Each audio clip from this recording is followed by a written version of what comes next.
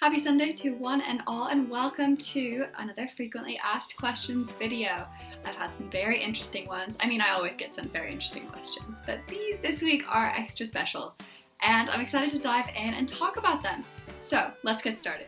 The first question I'm going to talk about today was sent in just this morning by Diane, so thank you so much for sending that in, Diane. And Diane wanted to know, where is the best place to get pictures to illustrate your story with?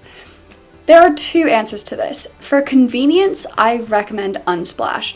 Unsplash is directly integrated with Medium, so if you're, typing away on a story on Medium and you look to the right, you'll see a little plus icon. If you click that, it'll extend with a few formatting options. One of those is a magnifying glass. That's your Unsplash integration.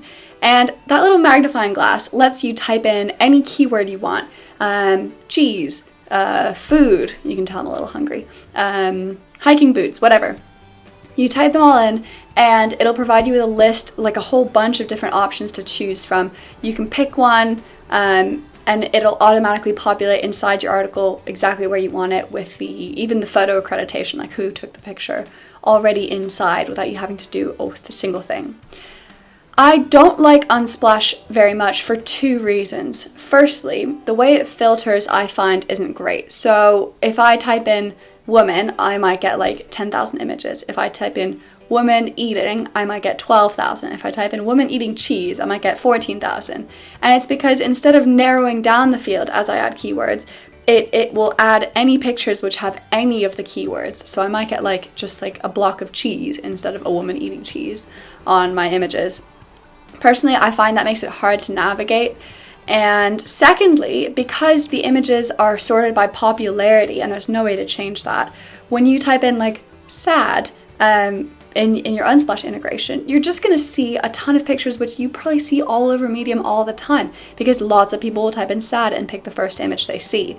So if you want to find something a bit more original or a bit more unique, you have to scroll back 10,000 pages. It takes forever, and there's no guarantee that you're going to find something good.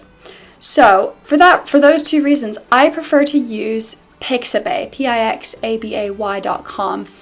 Pixabay is great because it deals with those two issues really well. First of all, you've got more filtering options. So the more words you add, the more narrow your filter is going to get. I can type in women hiking boots and get maybe just 3 or 4 images of women wearing hiking boots. That's great. That's exactly what I want for my article. You can filter by popularity or by the latest images, so I do that a lot if I want something really fresh that I've not seen anywhere else. You can filter by size, so if you want one that's horizontal rather than vertically oriented, that's really easy to do. And again, you can just click download, you copy paste the little accreditation option, and it's a little harder to put into your Medium article. You have to click an image from your computer rather than just searching Unsplash within the article. But it's easy, it's doable, and I think it gives you a lot more options for a lot more specific, a lot fresher images.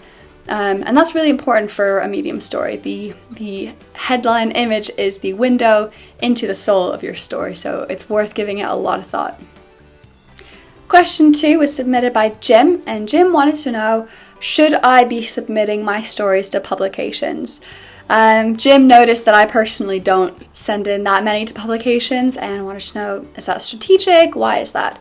So Jim and everyone else who's interested, the reason I don't submit to publications is twofold. First of all, I'm impatient. I like to publish twice per day, and I like to be in control of when I'm publishing stories. When you send a story to a publication, you kind of lose control. They can reject it outright. They might not publish it for a week. They might publish it tomorrow when you already have 2 other stories queued up. So it's out of your hands when that story is going to hit the great World Wide Web. Secondly, I think some of the publications are a little overrated.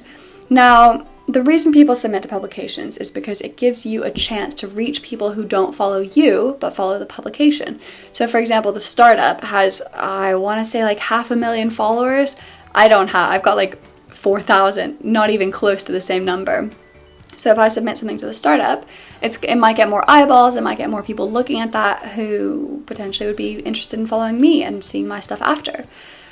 However, in my experience submitting to bigger publications, I find the results are not that good. Unless you're really specific about the kind of story that you're submitting to these places, I don't think there's going to be a huge result. So like for the startup, you want to be focusing more on stories that have to do with startups, with entrepreneurship, with working hard, that kind of culture, because the people who follow the startups are interested in those stories. So if you send one about, I don't know, like a love story, people might, like the startup might accept it, but nobody who follows the startup is going to be interested in reading that, and they might even be a bit like, why is this person talking about love? It's the startup. So those are the two reasons I don't, because I like to publish whenever I feel like it, basically, and also because I think a lot of the bigger pubs especially don't get a huge amount of engagement. That being said, there are a lot of really great smaller publications which have amazing engagement rate. You can submit to them. The editors tend to be much more friendly because they're a lot less busy, and they have a more niche audience, so you have to be really targeted with the kind of story you want to submit to them. But if you get in, you're going to be guaranteeing that you've got an audience of really engaged, really focused readers who love the publication, and they're going to love your story too. So that takes time, it takes research. You have to be much more narrow about the kind of story you want to write, and I prefer writing about, whatever I feel like rather than any particular one publication. But that is a way to get more eyeballs on your stories if you have a specific story in mind, or if you're up for writing a specific story for that publication. So at the end of the day, it's up to you. And if you're happy to wait a little while and you're happy to spend a little bit of time and research making sure your story's focused and geared towards that publication, it's worth it. It's just for me personally, a lot of times it isn't, but it's up to you. So question 3 is, can I count